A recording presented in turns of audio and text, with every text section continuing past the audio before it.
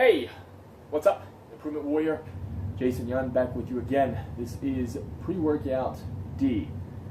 I'll leave a link down below for the entire playlist for all the pre-workouts so you can watch them.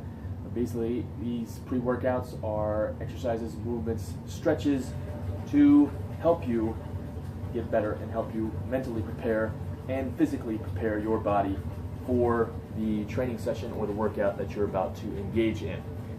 This one is going to be more global stuff, so things everybody should be doing on a regular basis or be focusing on a regular basis.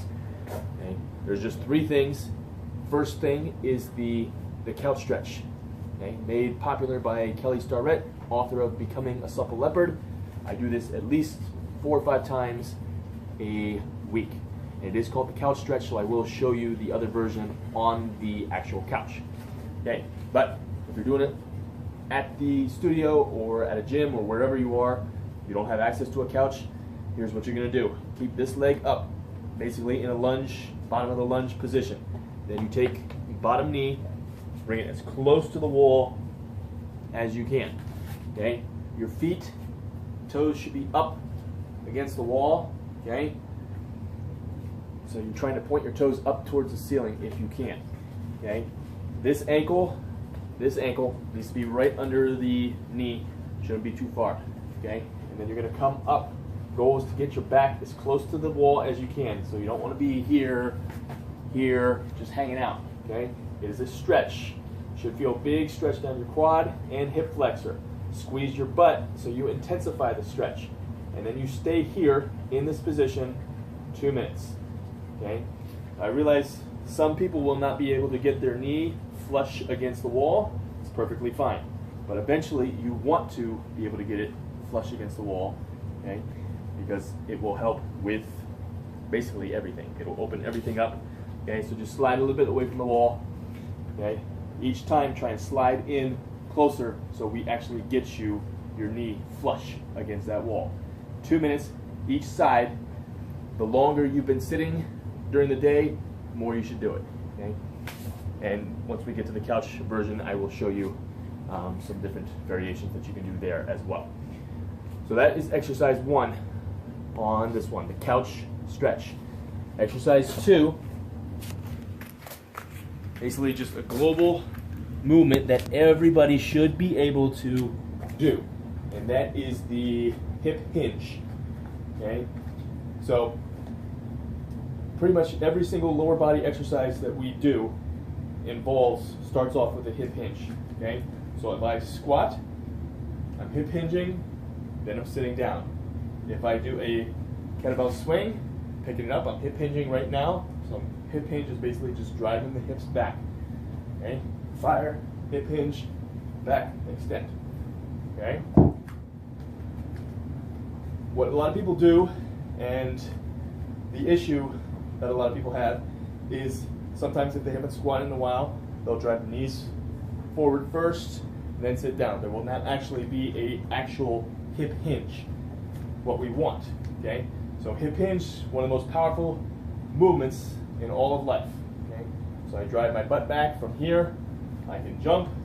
Okay, here I can do a lot of things. When I drive my butt back, okay, so knees are going to be slightly bent. I drive my hips and butt back, and I keep driving back. I should feel a stretch in the hamstrings. So I'm feeling a stretch in the hamstrings. Okay. Goal is to drive your butt back as far as you can. If you think you are pushing your butt back as far as you can, I want you to still push it back even further. Okay. So this is about getting tight. So I mentioned get tight all the time. Get tight. What does that mean? A lot of people don't know how to get tight. Okay, so it's super hard, pushing your butt back as hard as you can. Feel that hamstring. You should feel the butt too. Stand up, squeeze the butt. Hip hinge, back down. Okay. When I'm moving, okay.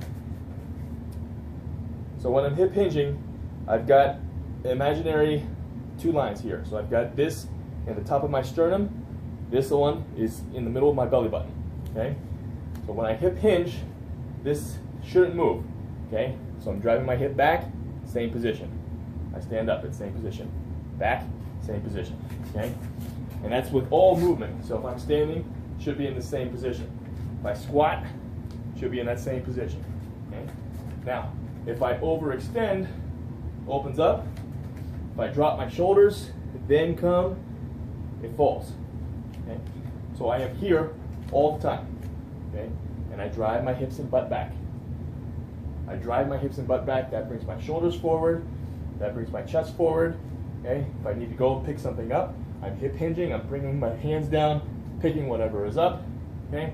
Or I'm hip hinging, I'm squatting down, picking whatever is up, okay? It doesn't matter if it's a 44-pound kettlebell or if it's a pencil or something like this, okay? I'm always hip hinging, driving it back. So hip hinge, one of the most important movements that you can do. Because if I just bent over like this, bent my back, okay, then pick something up, okay, or if I squatted forward, came down on my knees, put all the pressure on my knees. Remember, ankle, knees, hip, shoulder, low back. To have pain in that, it's not built up over one time. It's not one episode that does it. It's a lifetime, it's decades of moving like crap that causes those pain, okay? So, hip hinge. If you have any questions about it, let me know. And another thing with the hip hinge, so PVC pipe, you can do a broomstick. I've got 3 points of contact right now. I've got my head, I've got my upper back, and I've got my butt, okay? When I hip hinge, I'm coming down, that pipe stays same 3 positions, okay? So it's not so much on my butt now, it's more my upper butt, but staying relative same positions. Upper back, head, come up, same thing, back, up, okay? If you're having issues with that, let us know, okay? And when I do that, it's the same position here, okay? So movement is universal, especially with a hip hinge. So that's number 2, hip hinge. Couch stretch, hip hinge. The other one is fixing your posture, okay? If we sit all day, we got those shoulders rounded, and you go into the gym, you still got those shoulders rounded. It's not gonna allow you to feel the muscles in the proper place, and it's not going to have you get as great a workout.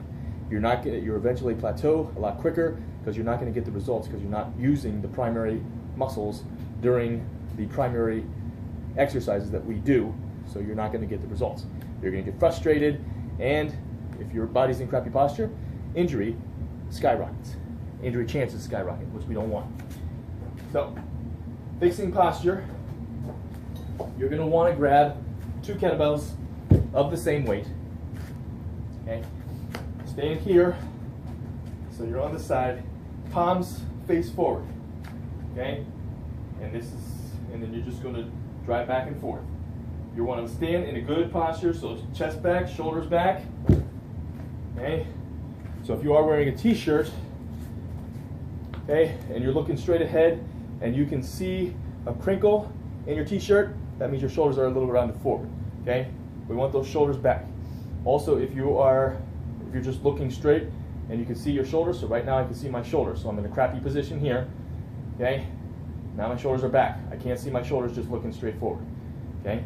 So you want to be standing in that proper position, okay? Top of the sternum, middle of the belly button. And we're up. Notice what I did?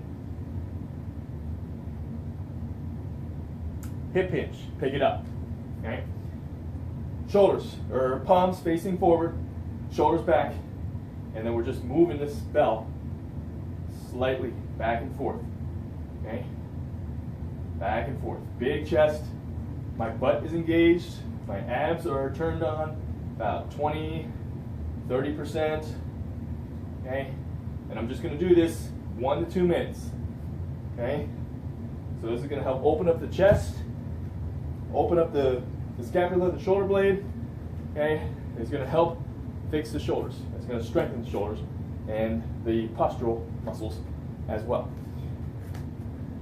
Everybody should be, it should be heavy weight, okay? Probably 16 kilograms, so the yellow in class for men and women. If you are a child under 100 pounds, probably like the purple, okay? Purple or blue weights, 10 kilograms or 12 kilograms. But those are the three: couch stretch, hip hinge, and then postural fix with the kettlebell little swings, okay? That's it. I will show you the couch stretch on the actual couch. Couch stretch on the actual couch. So the best way to do it is get on the cushions, leg elevated here. You can use a dog if you want, okay? Not necessary, but get your leg up, okay? And then you're gonna try and slide your leg into that crevice, into that cushion. Again, I realize some of you will not be able to get fully back there, but the goal is to get back there, okay? And then sit tall, squeeze the butt, big stretch down the quad and hip flexor, okay? Sit nice and tall, just like we discussed on the posture, shoulders back, okay? Position, thumb, sternum, okay? We don't want to be collapsed, okay? We don't want to be overextended at the back. We're here, nice and straight, 2 minutes each side. Now, if you're doing this watching TV, you can do it as long as you want. Remember, the more you sit, the more you're inactive, the more you're going to need it, okay? And then at least 2 minutes on each side, and then you go from there. You can also do it from the bottom position, okay? And then be here, okay? Either way is fine. I think it's more comfortable on the knee because you got your knee relatively on some cushion, but you can use a mat or something there, okay? But that's the couch stretch. Should be doing it preferably every day, but at least 3 to 4 times per week, and you will see the changes coming. That's it. Thank you for watching this pre-workout D. I'll leave a link up for the other pre-workouts, and let me know what